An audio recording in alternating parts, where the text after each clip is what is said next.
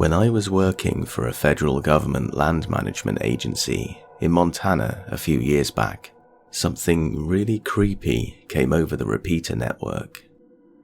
While we were working in a canyon that had really poor radio reception, we heard a very long, creepy, and drawn-out moan come over the air. This was followed by a very weak, "Help me." Weak both in reception and tone, in a woman's voice. All of us freaked the hell out. These weak cries for help kept repeating, low guttural, "Help me," until dispatch finally stepped in and said, "This is a federal agency network. Unless you have an emergency, get off this channel." This was followed by another plea for help. Then a gunshot and screaming. Turns out, 2 local crazies were out four-wheeling and going straight up steep embankments when the ATV flipped backwards, pinning the man under the ATV. Both of them being high on some substance, they started freaking out.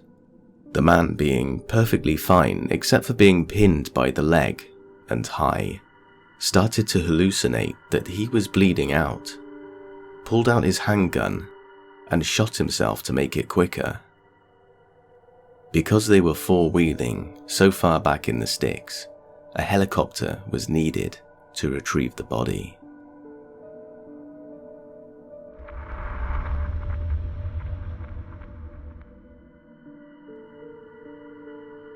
On one of my rare trips out into the wilderness, I was walking in the middle of nowhere on some kind of natural trail, possibly made by deer. I was looking for a place to rest, and it was beginning to turn to dusk. Light enough to keep going for a while, but the shadows were deepening, and the edges of the trail were too dark to see properly. As I walk, I hear a sheep baaing. At first, it doesn't strike me as unusual, because on the surface, hearing a sheep in the country doesn't seem out of place. Then, I hear it again, directly from the shadows to my left, and 2 things hit me at once. 1, this is deep wilderness, and there is no farmland around here. And 2, the baaing sounds too perfect.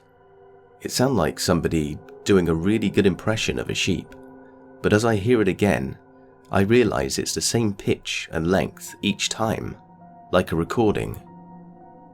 The more I hear it, the more unnerving it gets. I keep walking, and seconds later, I draw even with it. As I walk past, I catch a glimpse of a figure crouched in the bushes just off the trail, and a flash of teeth as, I assume, whoever or whatever was there, grinning at me. I didn't stop anywhere near there that night.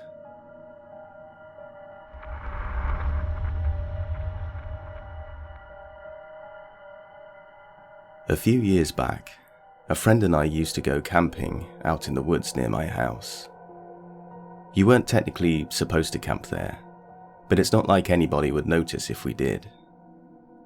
Anyway, we set up camp, had a few drinks, etc., and eventually went into the tent around 1 to 2 a.m. My friend fell asleep pretty much instantly, but I couldn't get comfortable because there was a rock or something under the tent where I was sleeping. It's a 2-man tent, so there wasn't lots of room to move about or anything. After about half an hour, I saw a faint light from the distance shining into the tent that slowly got closer. I don't know why I didn't wake my friend up right away. After the light got about 5 meters from the tent, it began circling once or twice, at which point I was trying my best to quieten my breathing, and was nudging my friend to try and get him up. After what felt like forever, my friend finally woke up. I pointed to the light source, and we ended up running out of the tent shouting and waving an axe that we used to collect wood for the fire, at which point the person seemed to leg it because we'd never found any trace of him again afterwards. We called up my parents and got them to drive up to us and take us back home. Bear in mind that we were 17 or 18 at the time. About a week later, my mother found out from one of her dog walking buddies that there was a man in his late 20s that routinely snuck into farms around our area and took pieces of farm equipment. So we could only assume that he was looking around our camp for things to take. Almost 4 or 5 months after that, a homeless man was arrested for murdering his friend in a town close to where I live. Apparently, he used to sleep in or around the woods that we were camping in. The moral of this is to not go camping where you don't belong. Go find an actual camping site where there are people who will protect you from this sort of thing. It's better to pay like £20 for a safe place to camp than risk any confrontation later down the line.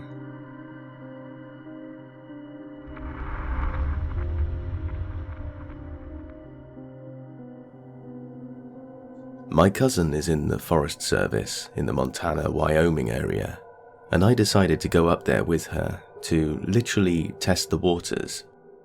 She does hydrology and has to ride out to the middle of nowhere to test streams and snow runoff to ensure no contaminants. So I thought that sounded fun and wanted to do a bit of a tour with her.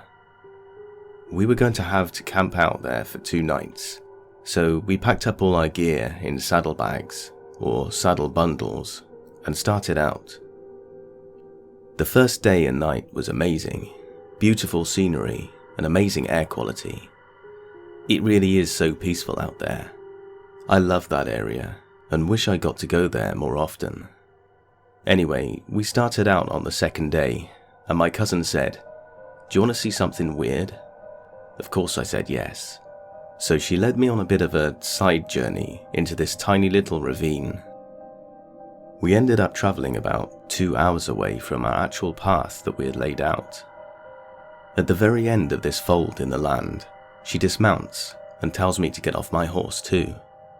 We tie them up in this gorgeous little clearing, and she tells me to follow this tiny wildlife path and bring our little rechargeable radio. It's one of those you can plug in or wind up, and it also acts as a lantern if you really needed to, but that kills the batteries quickly. So I do, and out in the middle of nowhere, there's this huge coil of wire sticking out of the ground.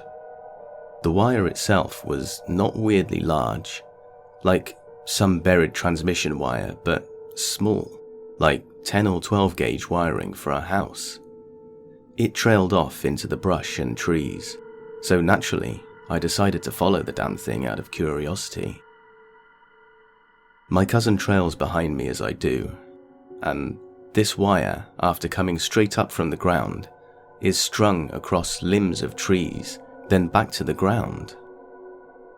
Then it snakes around rocks and finally dead ends into an outlet. That outlet is mounted on the side of a desk.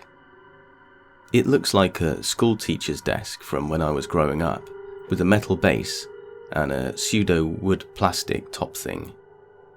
No chair, no building, no nothing. Just this outlet and this desk. I'm staring, confused as all hell at this desk in the middle of the forest, when my cousin takes the radio, pulls out the cord, and plugs it into the outlet. And this thing lights up and starts blaring static.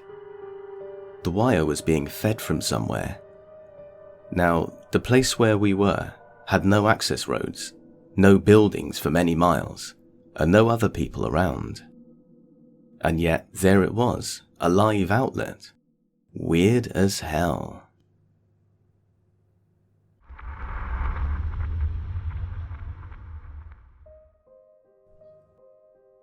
I have a friend who is a trail ranger. Basically, a ranger who can't get you into trouble. He told me about this time he was gathering illegally placed wildlife cameras and knocking down hunting stands, feeders, and blinds with another actual ranger. The other ranger wasn't feeling well, so he said he was going to head back, as it was a 1-hour ATV ride. My friend finished up the last one when he heard voices. Keep in mind, he's far off the beaten path. He called out and no one replied. As it was getting dark, he started to head back and found his ATV wouldn't start. He then noticed that the battery was not connected anymore. He reconnected it and started to drive, but it wasn't going fast at all. In less than half a mile, the whole thing died. He radioed back basically saying, "Hey guys, I need someone to come pick me up." They told him they would, but it would be an hour. He asked if the other guy got back, and they said no.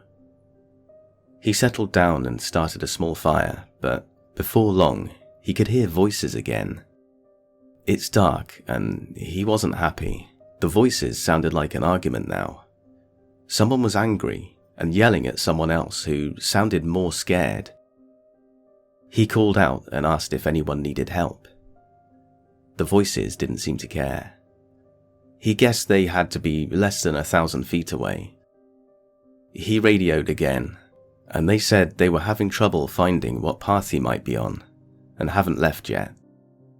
He asked them to just get the other ranger to tell them about where they are, because he left with the iPad that had the map on. They said he still isn't back. About 3 more minutes go by, and he hears the voices start up again. He decides to walk to them, hoping maybe they can stop being drunk assholes and maybe have a map. He walked in their direction, but the voices seemed to be getting further as he got closer. Finally, after 20 minutes, he gave up and walked back. He got a radio call, and they said the other guy was found, passed out, covered in vomit, and was being taken to the hospital. But he crossed off everywhere they found a stand, so they have a general idea of where he is. Then the radio died, and then the voices came back. Bored out of his mind, he decided to listen to what they were arguing about, picking up things like, "Well, it wasn't yours to take," "I don't care," "You knew better," and so on. His guess was 2 hunters arguing over a kill. Then he heard one shout something intelligible, then silence, and then a gunshot. He doused his fire and hid. After that, he heard nothing, just his breathing for the next half hour, until he saw ATV lights. He told the guy picking him up everything, and they called back. They had people looking for 3 hours and found nothing. They came back the next day with police and dogs. After about an hour, a shallow grave was found, and in it was a man long dead, who had clearly been shot in the face. Thing was, it was a skeleton who had been there for years. They still don't know who was killed either.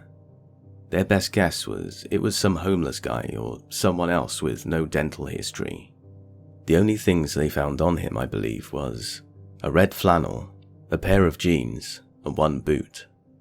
So either the argument he heard just ended with a bang, and both parties went home last night, or he heard the murder of someone from years ago.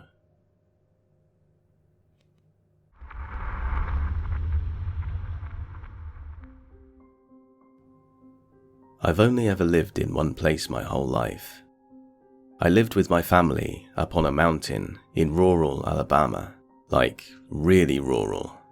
Around our house, you could walk 2 or 3 miles in any direction and not find any sign of civilization, except for the road leading up to our house.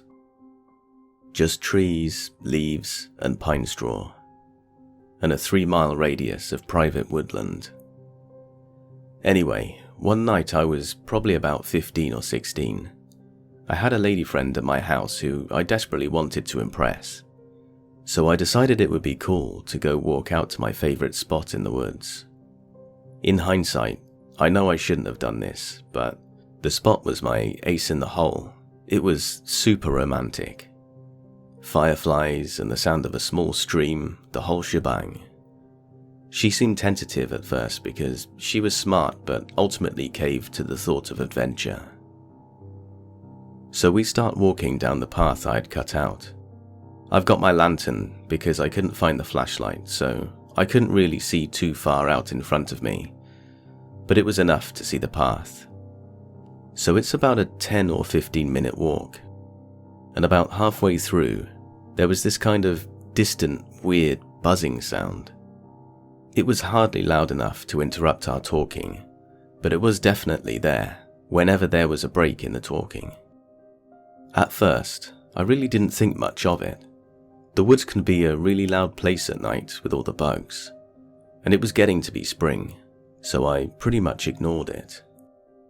Then after a bit of walking, it was definitely getting to be more and more pronounced. Eventually, my friend asked me if I heard it too, and after I confirmed it, she was adamant about turning around and just going back. I agreed just to make her comfortable, but as we were going back, the noise kept getting louder, and eventually, as we were almost back, it was clear what the noise was. The sound of someone playing a harmonica had been gaining on us in the dark the whole way. By the end of it, we were running pretty much full speed out of the woods, across the yard and straight into the house. We went up to one of the windows facing the yard, hit the light, and cracked the window to listen. It was still out there, playing its harmonica, and we listened to it pass the house and fade into the pines. By far the most surreal, horrifying experience of my life. Probably the most cherished memory too, because that girl ended up being the one that got away.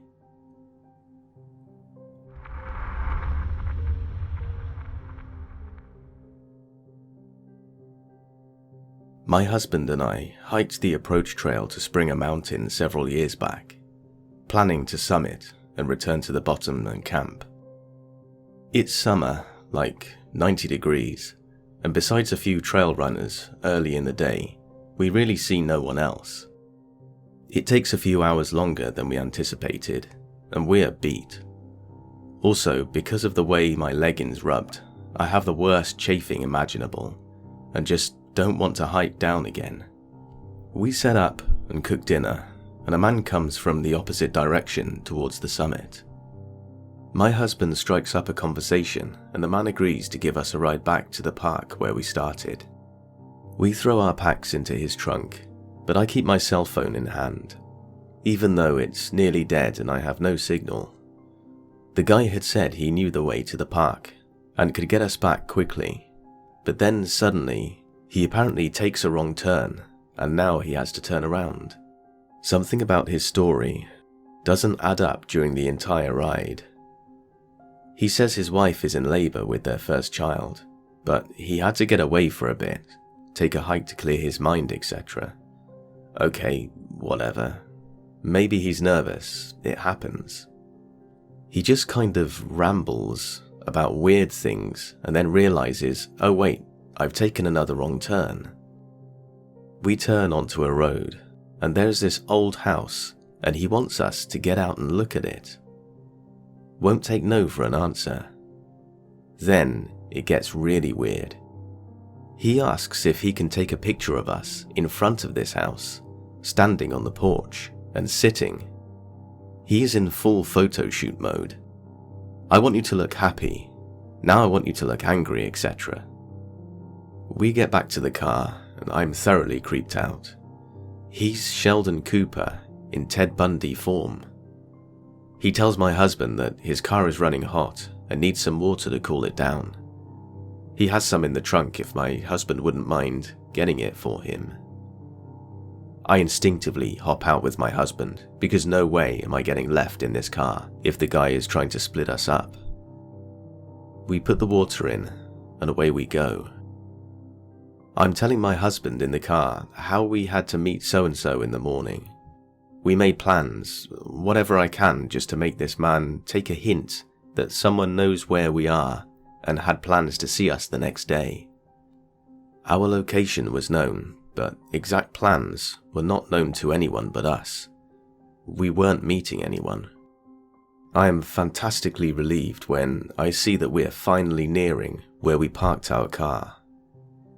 When we finally find it, this man will not leave while we are putting our packs and things into the car, asking our plans, etc. He asks for my phone number, and I give it to him, off by 1 digit. I tell my husband to go into the hotel and get us a room for the night so that we can rest. Our plan is to actually wait until he's gone, and we'll get a campsite. The man says, well, they have really great dinner. I'll follow you inside and see about that. I lock myself in the car. My husband delivers some spiel to the desk attendant about us needing to book a campsite, and can we drive around and look for an empty one? He was feeling extremely skeptical about the situation too. His plan was to say we were booking a site, wait for this guy to leave, and return to the hotel later, where the guy wouldn't know our room or anything. We drive to the furthest point of the campground and sit for nearly 2 hours. It's getting dark and we're tired. We finally decide to drive through the campsite area and to the hotel. Surely this guy has gone. As we drive past the tents, we see his car just sitting and waiting where he has full view of the camping area, but can also see the hotel parking. My husband pulls a U-turn and we book it nearly 2 hours from the park to find the worst, cheapest hotel. To this day, I swear that we dodged a bullet. This man could have committed the near-perfect crime if he had picked us up from the top of the mountain and we had just never returned to our car. The fact that he was waiting on us when we returned sealed it for us, that this guy really had some major, horrible plan for us in mind. We didn't call the police about the incident. We had no cell service where we were, and our main priority was to get where we started, and then put distance between ourselves and this man. That's my single biggest regret in the whole matter, but it just wasn't on my mind at the time. By the time we had driven from the state park to Amicalola, it was late and we were exhausted. I no longer have the phone that I had then, but I do have several photos from the trip. I know he was wandering around the summit as we were taking pictures at the top. This is the picture of the house.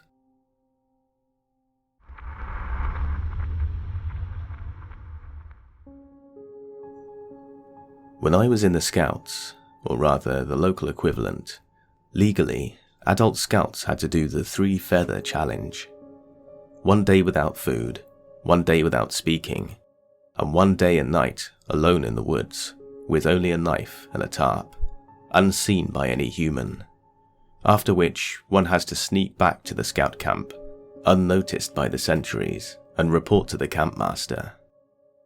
It was my 3rd day, so I took off and walked for miles through the woods and found the most remote spot in the wilderness, the most overgrown part of the woods. I spent a spooky but uneventful night until almost before dawn, when I decided to go for a morning swim in the lake right before taking off to go back. I stripped nude and went towards the lake, but noticed a group of guys fishing, so decided to go back. Suddenly, the ground underneath my feet caved in, and I found myself submerged up to my armpits in the absolute vilest mass I have ever smelt. It was a pit where poachers dumped the guts and leftovers of illegally hunted deer, and it fermented for weeks. So imagine the scene. A group of anglers hear some ungodly screaming from the direction of the woods, and run there to see if someone needs help. What they see is a teenager-shaped ghoul, covered completely in blood and rotten offal, who's crawling out of a bloody hole in the ground, while shrieking and weeping, then runs at them to get to the lake to wash it off.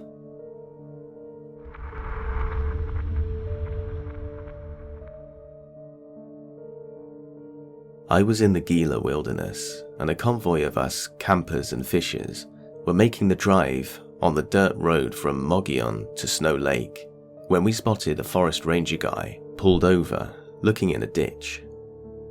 Turns out some idiot tried to make a U-turn and didn't realize the loose rocks make it hard to stop. They went over the edge and high-centered.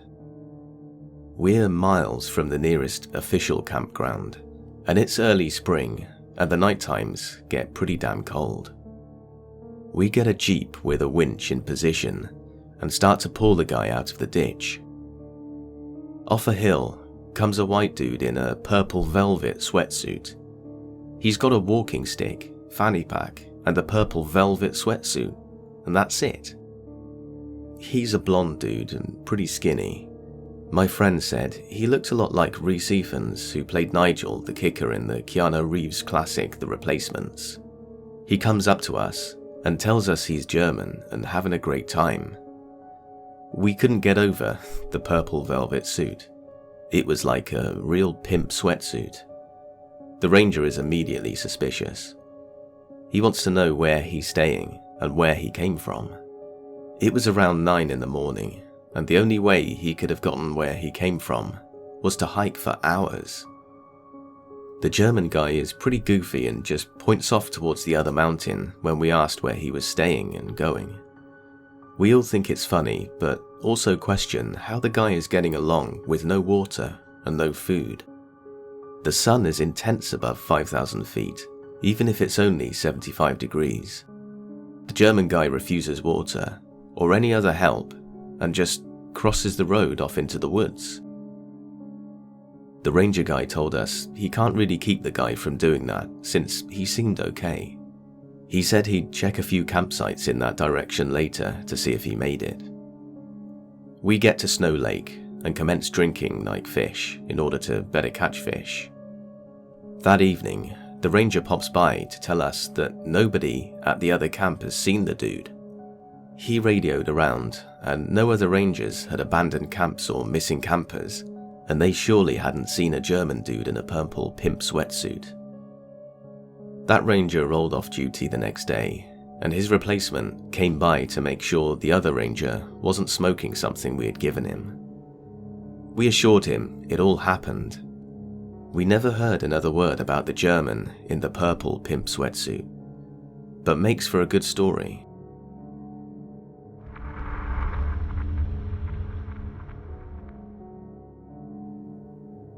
One of my best buds from college was a geologist major that ended up becoming a ranger in the southeast US.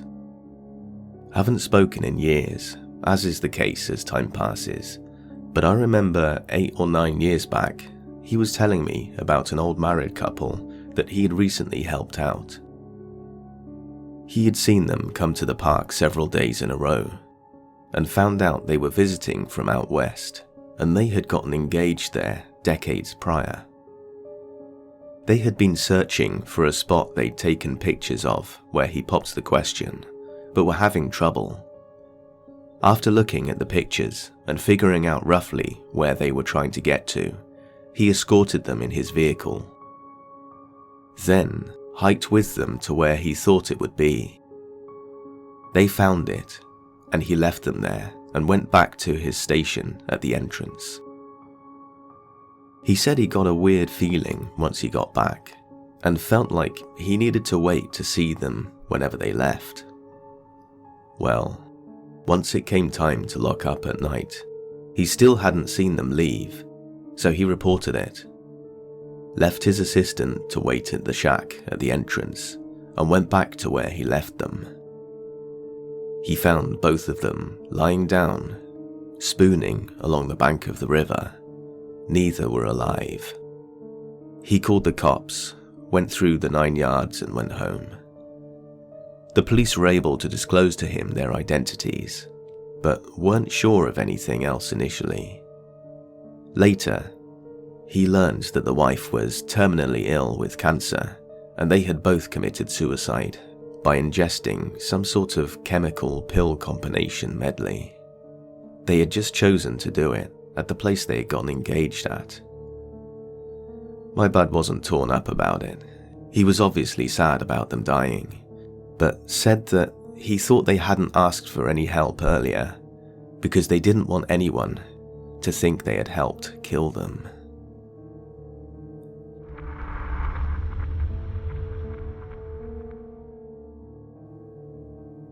In the spring of 2006, I was out in the boonies by myself, camping for a few days. I awoke at 8 AM on the fourth day and was relieving myself when I swore I heard a whelp of pain in the distance, followed by a wet chopping sound that went on for about 30 seconds. Then, more silence for 20 minutes. So I thought maybe I was imagining things in my sleepy hangover. Another 20 minutes goes by, and I can hear footsteps, broken twigs, and the unmistakable sound of heavy breathing. The thing was that nobody in their right mind would be coming to my location from that direction, as it's a very long and difficult hike, and nobody lives in the area anyway. So now I'm on full alert, and I reach into my tent for my pistol. Then, when I stand up, I see a man dressed in priest clothes, white collar, and the whole bit. Blood smeared on his neck and white collar, and a bloody handprint right on his forehead, and covered in dirt and mud, head to toe. No hiking gear, no water, just a bloody priest with a machete. I immediately think about the painful whelp and wet chopping noises, and I think this guy just got done murdering someone in the woods, got turned around in the woods and mistakenly wandered into my camp. Just as I'm pulling back the hammer on my pistol to defend myself from a wild machete attack, he speaks. "You were a hard man to find. Do you have a first aid kit by any chance? I seem to have injured myself, trying to cut myself loose from a thicket of bindweed." Turns out that my aunt and uncle had asked their priest to come and talk to me, as they were worried I was out in the woods to take my own life after having lost my older brother to suicide the previous summer. They had told him where I was, and he hiked for 3 hours the previous evening, got lost, and slept through the night leaning against a tree, woke up at first light, and hiked another 2 hours to my camp. He downed a couple of bottles of water and ate some fig bars while I tended to the deep cut on his left arm and right leg. Then I told him I was taking him to the hospital. He did not want to make that hike again, and seemed to be feeling some despair at that point, but I ignored his attempt at delaying. He felt really stupid when we walked around a grove of pines to find my truck sitting next to a trail, then drove that trail for 5 minutes before hitting a road. He had driven by that trail the day before, but didn't take it because of the no trespassing sign, and instead hiked through 2 miles of incredibly thick brush and timber, no doubt walking in circles at one point. A few stitches and prayers later, he was right as rain. To this day, he has no idea how close he was to getting shot.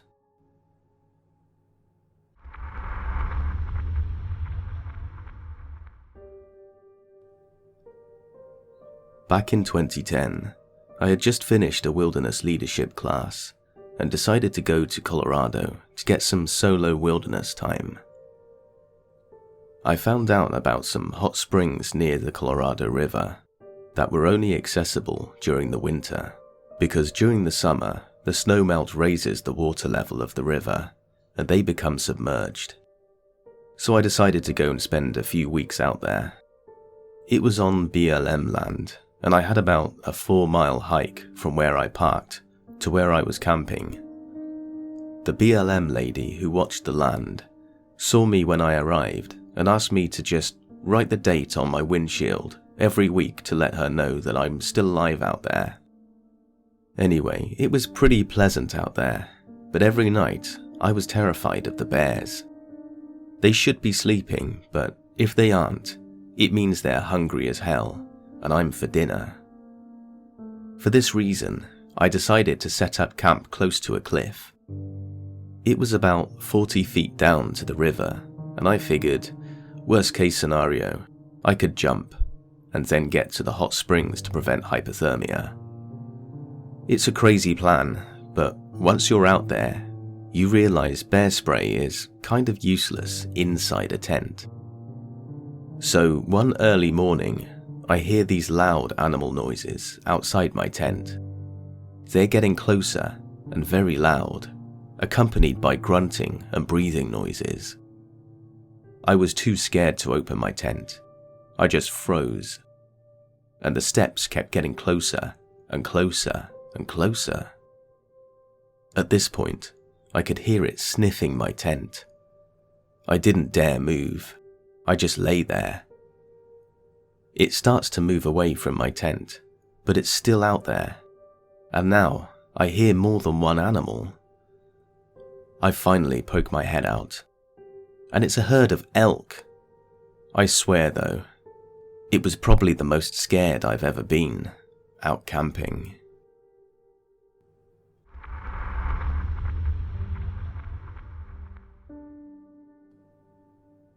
There are some mountains behind a small town near where I used to work in the Arizona desert.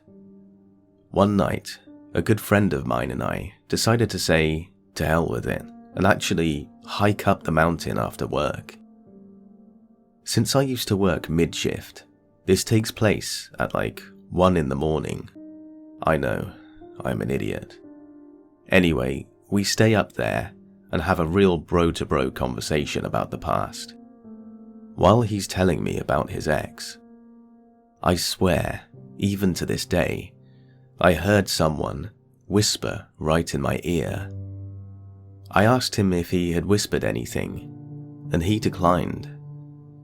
I just shook it off as weird. About an hour later, he interrupts me and has me turn around. I see nothing. I look back at him like, what? He said he saw what looked like an orange fuzzy ball that moved quickly before disappearing. This really freaked him out. But even with my previous whisper experience, I thought it was just Mother Nature playing games. Anyway, we finally decide that it's time to go. And just as we got to my truck is when things got super weird.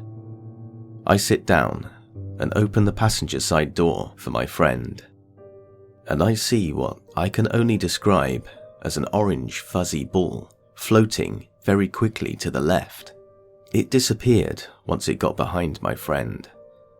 At the same time I witnessed this, my friend, who is an emotionally tough guy, begins screaming his lungs out. He literally hops into my truck and tells me to get the hell out of there. I tell him about the fuzzy ball once we leave, and he just goes, huh. He then goes on to tell me that after I opened the door, he looked down and saw, and I quote, shadowy dog-like legs underneath the truck, as if it was laying down. We both nervously chuckle it off, and that's when I noticed the time. 3:14 a.m., the witching hour had just passed. I never believed in it beforehand, but the experience has made me rethink it.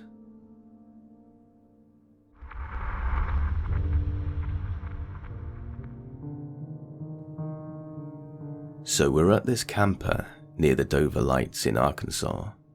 It's not the fanciest campsite, but we managed to find this guy that spends a lot of time out there, as much as legally allowed, while also working, and apparently making a lot of cash. So he just vacations in the woods half the year. The guy offers to let my friend watch the place while he goes to visit his son. My friend automatically invites me and some other people to come hang out, and we spend a few days there drinking, smoking, fishing, and messing around. All in all, pretty okay, until my female friend gets super drunk and barges outside in the middle of the night, butt naked, to eat beans by the handful out of a cold pot. As someone who admires cleanliness, I follow her out and try to make sure she doesn't hurt herself while everyone else just laughs. So there she is, covered in beans, and I'm trying to convince her to settle down and clean herself off with a towel, when suddenly her head shoots up like a deer in headlights. She just glares at the trees around us. We're alone and it's pitch black, before literally growling and then sprinting into the woods. I have no idea what to do. I've completely lost sight of her, and she's naked in the woods by herself. A few failed attempts to call out to her, and I do the stupidest thing I could have done by following her. About 5 meters into complete darkness, I look down and see a faint light from someone's phone. Picking it up, I see it's in camera mode, and there are pictures of us. Very recent pictures, all in creepy night vision mode, with some looking like they were taken from the window of the camper. And the last one is of my friend running directly towards the camera. Realizing what happened, I delete the pictures and drop the phone on a rock, crushing the screen with my foot. Still unable to find her and freaking out, I double back to the camper for help, only to find her still very drunken in a lawn chair, naked. Carrying her back inside, I let her boyfriend towel her off, and they both pass out spooning on the bottom bunk. I never told them what really happened, and she didn't remember in the morning.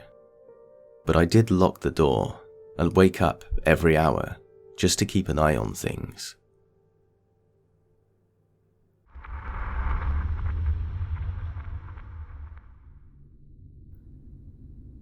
I'm an avid mountain climber here in the Philippines. One time, my group went on a night hike to a mountain located in central Luzon. Naturally, we took the easier trail, which is the North Peak, since we were hiking with some newbies. At around 4 a.m., we broke camp and started our descent. Almost 1 hour in, we noticed that we kept passing the same fallen tree and the same boulder. The trail was very straightforward, and many of us had climbed the mountain before, but for some reason, all of us were going round in circles. One of the more superstitious hikers decided to make us all stand in a circle, utter a prayer, and leave an offering of food. Only then were we able to complete our descent. I have a few more I'd like to share with you. This was around 2015, when I was on a day hike at a Mount GB, somewhere in the southern part of the Luzon area. The week prior to my hike, I was in the same area with a friend.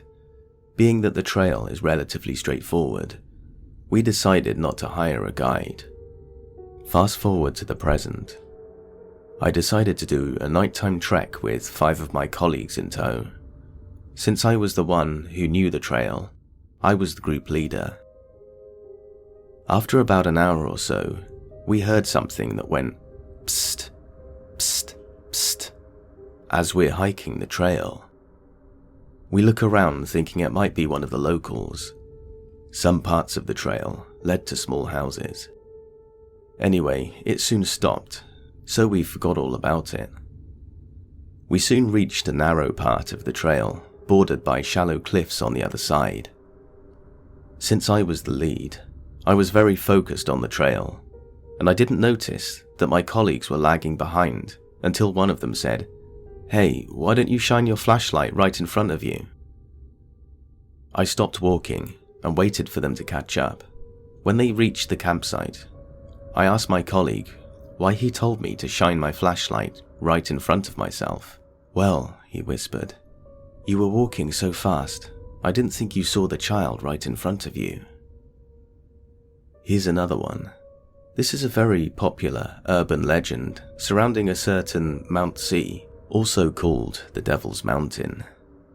The famous legend narrates the story of a couple who went on a hike in Mount C at midnight. They got lost when they accidentally took an unusual trail on their way to the campsite. Even though the weather was threatening a storm and there was zero visibility, they still continued their hike. They arrived in a point where the trail forked and they turned left when they should have turned right. The left was a deadly trail, thus they never made it to the campsite. According to local folks, the two were not found until now. Given that legend, this story is based on the same mountain, where a group of hikers, together with a guide, went on a rarely used trail. On the way, they passed by a small village where the elders advised them to continue the trek but leave the only girl in the group at the village. They politely declined and continued hiking. Halfway through, the guide told them that he could only go as far as the first half. Being experienced hikers, they paid the guide and continued until they came to a fork in the road. As they were debating which road to take, a couple stumbled upon them and told them to take the left side. They continued following the couple, even as it got dark and started to rain. Suddenly, their flashlights turned off simultaneously, but they still tried to follow the couple. When the rain stopped and their flashlights came back on, the couple was gone, and one of the group members slipped and almost fell from a ravine.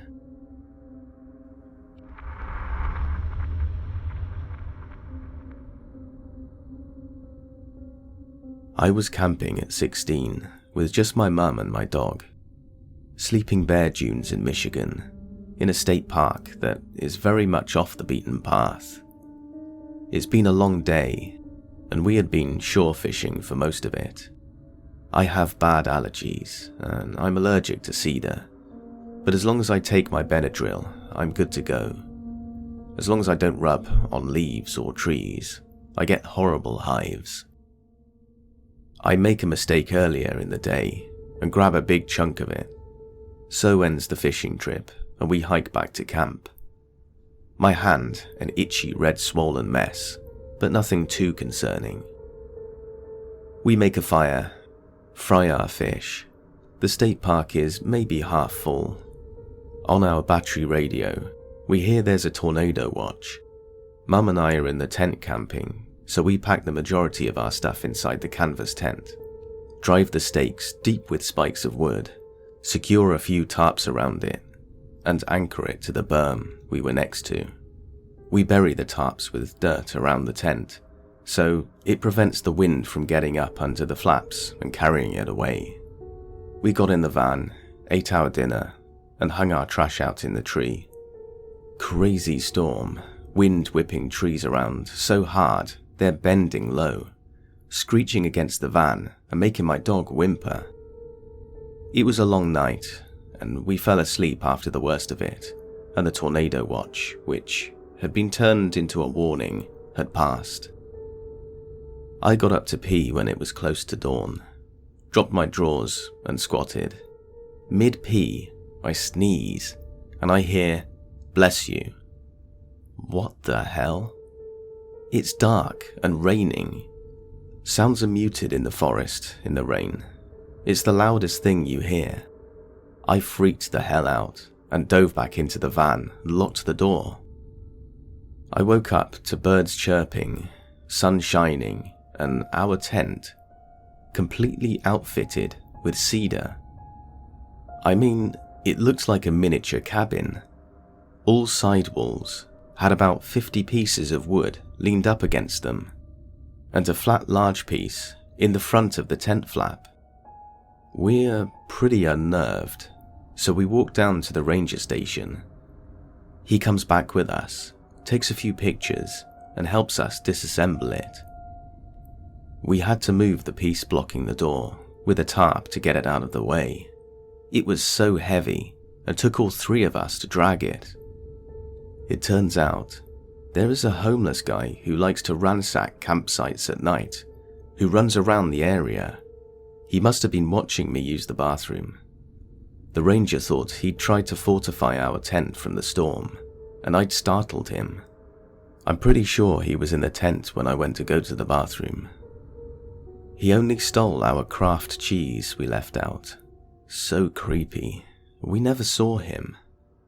Every single branch was from a cedar tree, but we were in a pine grove.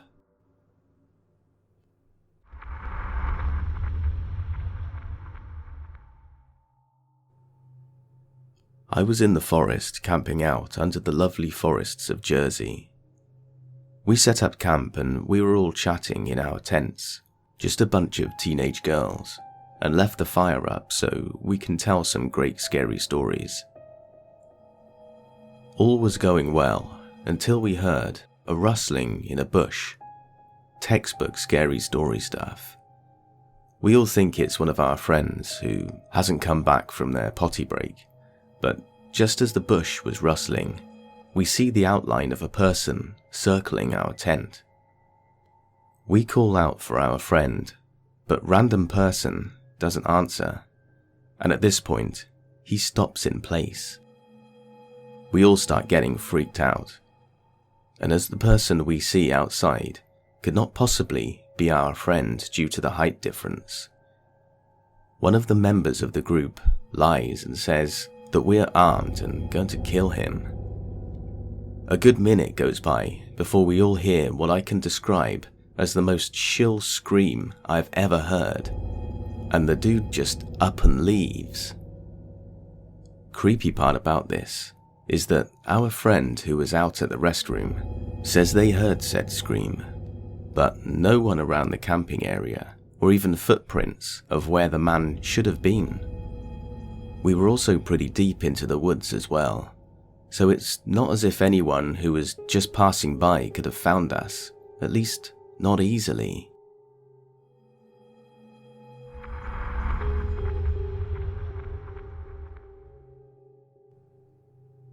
This happened in Kajimakujik National Park in Nova Scotia during the off-season.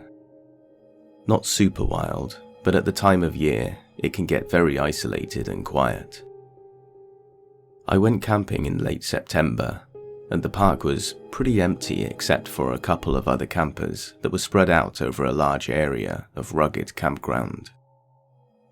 I love camping and hiking, and I just wanted a week by myself so I could clear my head while the weather held up.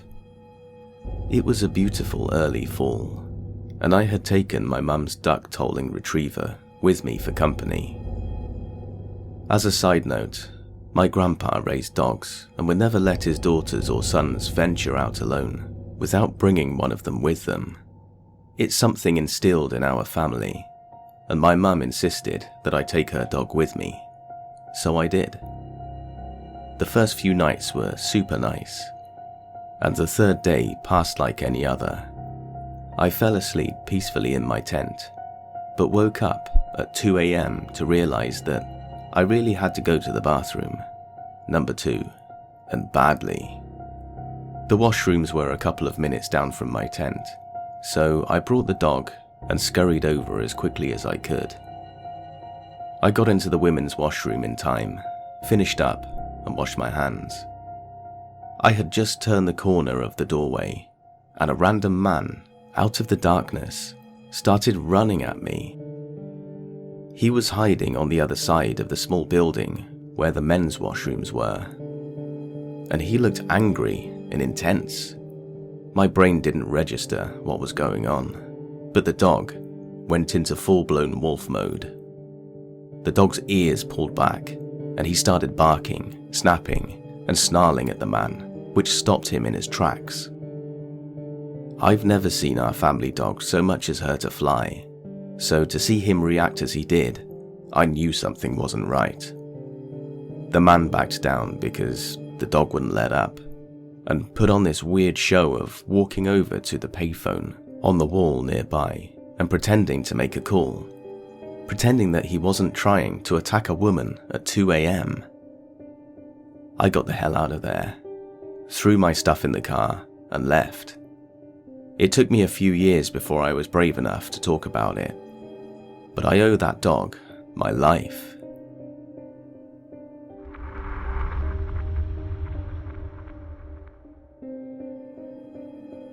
I used to work at a Boy Scout summer camp. This was in Virginia. Every week, I had to take a big group of campers to a secluded spot for their wilderness survival badge, where they had to build a shelter out of sticks and leaves, etc., and sleep in it overnight. The spot was only about half a mile from the main camp, but we took them a circuitous route that made it seem really secluded. Anyway, on this one night in 2004, all the campers had made their shelters. We had cooked dinner, and were all just sitting around the campfire. It was getting late, maybe 11, so I sent all the campers to their shelters for the night and started cleaning up the fire. That's when we heard in the distance what sounded like church bells. They were pretty faint, but myself and my fellow staffers could definitely hear them. They went on for about 30 minutes, ringing every 30 seconds or so. We were all a little creeped out, as there were no churches or towns within 20 miles of us. After the bells stopped though, the singing started.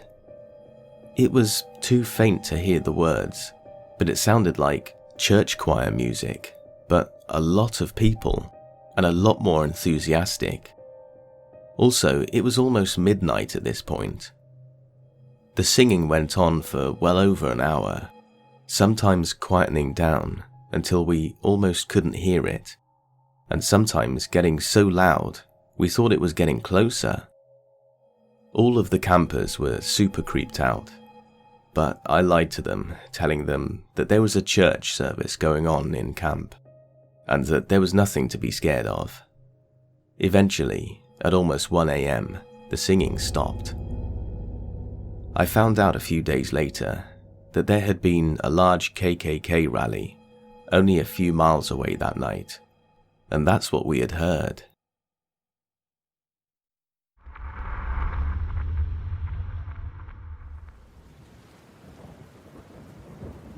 There was a kids' camp that ran from Sunday to Saturday. On Saturday night, no one stayed at the camp, so a family was hired to watch the camp to stay there at night and prepare the camp, etc. The family asked if my brother and I wanted to go with them. They had kids our relative ages. It was a lot of fun. We played Magic the Gathering and hung out until about 9 p.m. Then, a motorcycle drove through the middle of the camp, up the hill, and vanished. As a kid, we all thought it was weird, and we knew we were watching the camp, which probably included keeping out people on motorcycles. So the father went after him, and we waited, and waited for him to come back. And just when we were getting worried, the father comes back, looking distraught. He couldn't find the motorcycle. This was odd, because the motorcycle went uphill towards a pool area. Everything around the pool was heavily wooded. Even a dirt bike would have struggled. And the park was built on the hills next to an old quarry. There was nowhere to go. The motorcycle vanished. I gleaned this from overhearing the parents talking in the kitchen. It was a large open mess hall, and this guy sounded confused and a little scared. Then he went to check the gate to the camp, which was down a steep hill. He came back and, distraught, confirmed it was locked, and that a motorcycle should not have been able to get in. There were no other ways up the hill, and it was a simple padlock, where he had the only keys. I still remember him being concerned. It was so uncharacteristic for him, and really unsettling. So he went back out, and now it's way past the kids' bedtime, like 11 p.m. to midnight. He comes back one last time, looking even more upset, and tells us to gather all of our stuff, and that we're all sleeping in one cabin together. Initially, every age group had their own cabin, and the girls were separated from the boys. They had 2 daughters and their friends. We all got into the one cabin, and I remember falling asleep, watching him sit at the door, and waking up the next morning, he was still at the door. Nothing came of it, but to see the tough father so rattled, and to have no explanation for where the motorcycle went, or how it got up the hill, still bothers me.